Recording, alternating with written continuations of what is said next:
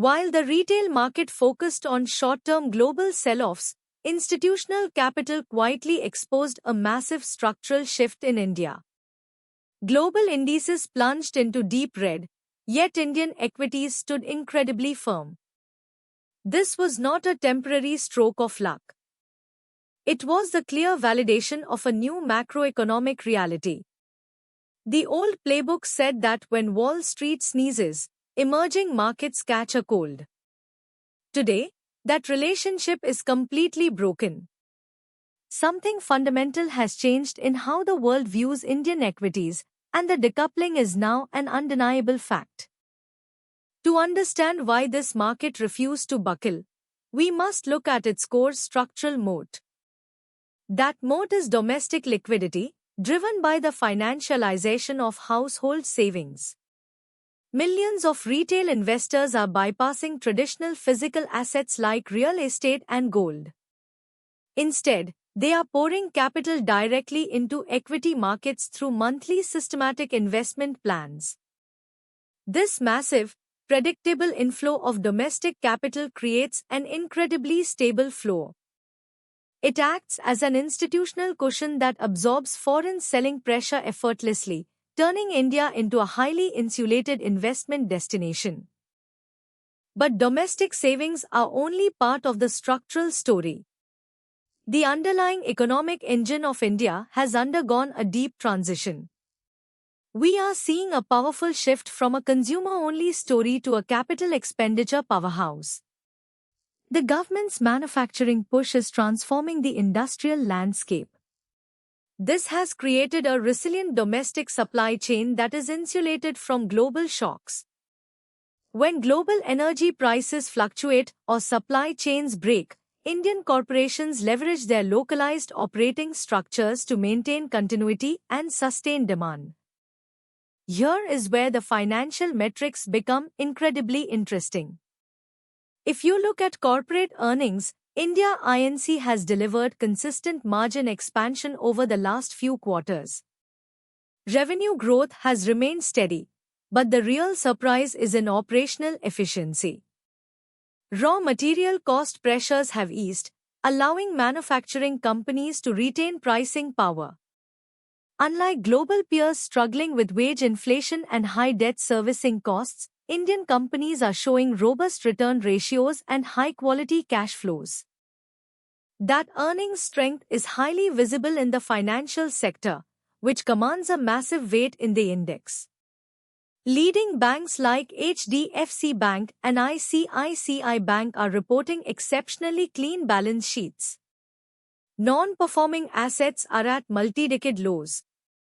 Net interest margins have stabilized despite rising interest rates.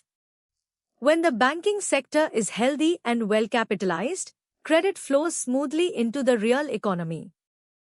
This robust financial system serves as the primary engine for broader economic growth.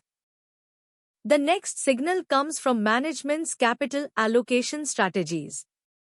Across major corporate houses, from Reliance Industries to Larsen & Toubro, executive teams are expressing immense confidence. They are not pulling back on expansion plans.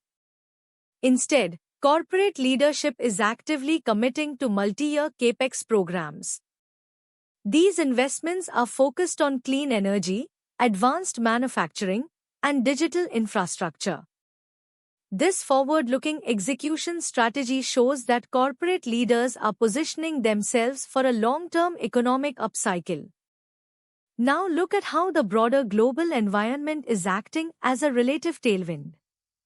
Developed markets are dealing with persistent inflation, slowing growth, and high interest rates.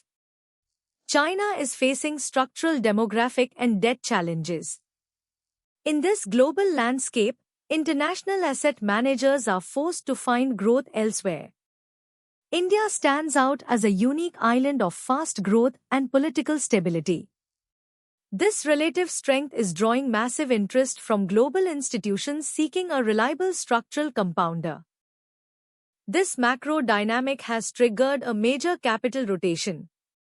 Historically, when foreign portfolio investors sold Indian equities, local markets crashed. But today, the domestic institutional investor cushion has completely flipped the script. When foreign funds sell to lock in profits or reallocate capital to global bonds, domestic mutual funds step in with billions of rupees in cash. This internal liquidity engine absorbs the foreign selling pressure, preventing any panic and preserving the market's upward structural momentum. But we must also address the valuation risks. India's relative strength has not gone unnoticed, and the market now trades at a premium relative to its historical averages. This valuation expansion leaves very little room for operational errors or earnings misses. If corporate earnings fail to grow at the projected rate, this premium could face a sharp repricing. Wealth managers and institutional allocators are watching these multiples closely, knowing that any slowdown in demand could trigger a period of consolidation. That leads us to a bigger question regarding external risks. As a major importer of energy, India is always vulnerable to commodity price shocks. A sudden spike in global crude oil prices can quickly pressure the current account deficit and trigger currency weakness.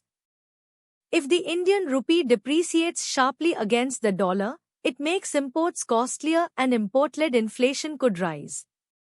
While domestic demand is highly resilient, these global energy and currency pressures remain critical systemic headwinds to watch. Despite these near-term headwinds, the forward earnings visibility for Indian equities remains exceptionally strong. The mid to long-term investment thesis is supported by a young workforce, increasing digital adoption, and a massive scale-up in physical infrastructure. We expect corporate earnings to grow at a healthy double-digit compound annual rate over the next 3 to 5 years. This steady growth should naturally digest high valuation premiums over time, making Indian equities a compelling hold for long-term compounders.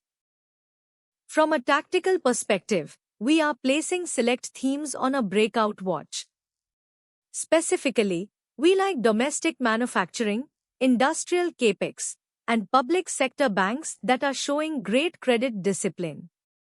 On the other hand, high-priced consumer discretionaries where valuation has outpaced actual earnings growth deserve a trim consideration. Balancing these exposures is key to keeping your portfolio insulated while maximizing relative strength in a volatile global market. The resilience of Indian equities shows the power of a structural domestic growth engine. While global markets face macro uncertainty, India's deep capital reserves and strong earnings make it a vital anchor for global portfolios. To stay ahead of these structural shifts, make sure to subscribe to SR Money News IN. We provide deep, institutional-grade insights for sophisticated investors who want to look past the daily noise and build long-term wealth. Let us know your thoughts on this decoupling in the comments below.